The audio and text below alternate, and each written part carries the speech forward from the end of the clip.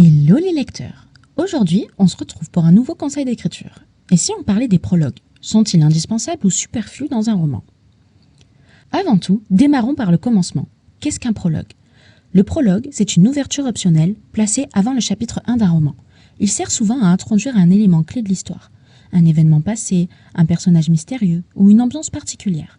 Même s'il se déroule parfois dans une autre temporalité, d'un autre point de vue ou avec un ton différent, le prologue fait pleinement partie du récit. Et pourtant, il peut changer toute la lecture. Quelle est son utilité? De mon point de vue, le prologue sert aussi à appâter le lecteur.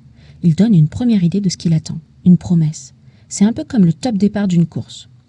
On le sait tous, les premiers chapitres d'un roman peuvent parfois décourager les lecteurs à cause de la lenteur de mise en place. Mais un bon prologue peut éveiller la curiosité et convaincre de continuer, même si l'action tarde un peu à démarrer. À l'inverse, j'ai parfois été refroidi dès le prologue.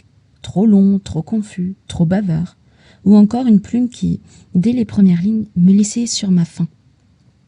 Il faut faire attention à son utilisation. Le prologue doit servir le lecteur, mais aussi l'histoire. Le but n'est pas de tout dévoiler, mais de semer une piste. Comme une auteure de gâteau qui cuit au four. Il doit ouvrir l'appétit, mais pas rassasier. Quand faut-il l'éviter? Concrètement, le prologue n'est pas obligatoire, et dans certains cas, il vaut mieux s'en passer. Le prologue peut être une arme puissante, ou un faux départ. Voici quelques cas où il vaut mieux s'en passer. Si ton histoire commence déjà fort dès le chapitre 1, inutile de la ralentir avec une scène introductive. Parfois, vouloir forcer un prologue là où le récit se suffit à lui-même peut casser l'élan, créer une redite ou une confusion. Si ton premier chapitre pose efficacement les bases, autant foncer. Si ton prologue sert uniquement à donner des informations qu'on retrouvera plus tard dans l'histoire, attention, ça peut frustrer et ennuyer le lecteur. Si tu l'utilises pour te rassurer en tant qu'auteur, pour te donner une impression de structure sans qu'il y ait une vraie fonction narrative, demande-toi s'il est vraiment nécessaire. Il ne doit être ni un pense-bête, ni un résumé. Il doit être une partie organique du roman, pas un chapitre bonus. Enfin, si le ton ou le style du prologue est trop éloigné du reste du livre, cela peut dérouter. Un prologue ultra dramatique suivi d'un chapitre 1 léger et drôle peut créer une dissonance. Même s'il se passe à une autre époque ou dans un autre point de vue, il doit rester cohérent avec la voie globale du roman. Mon point de vue d'autrice. Je sais qu'il y a certains lecteurs qui sautent les prologues.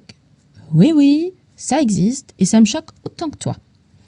Mais moi, je ne peux pas m'en passer, ni à l'écriture, ni à la lecture. Je prends toujours le temps d'en écrire un, car il me permet, à moi aussi, de savoir où je vais aller. Il me donne faim, me pousse à répondre plus tard aux questions que je me suis moi-même posées. Il m'anime, il me fait vibrer dès les premières lignes. J'aime prendre ce moment pour partager cette vibration avec le lecteur, ce frisson des toutes premières pages. Et toi alors? Le débat sur le prologue ne s'arrêtera sûrement pas ici. Prologue ou pas prologue, chaque auteur a la liberté de s'en saisir ou de la laisser de côté. Parce que chaque histoire a ses propres besoins et chaque plume sa manière de commencer. Donc toi, prologue ou pas prologue? Paix sur vos cœurs les lecteurs. AMC Auteur. PS, si tu veux un peu plus de moi, rejoins-moi sur Wattpad, fille aux initiales, pour découvrir mon histoire La fille du seul pleureur. Et pour suivre mes aventures livresques et d'écriture, ça se passe sur TikTok, @amc.auteur. Bisous!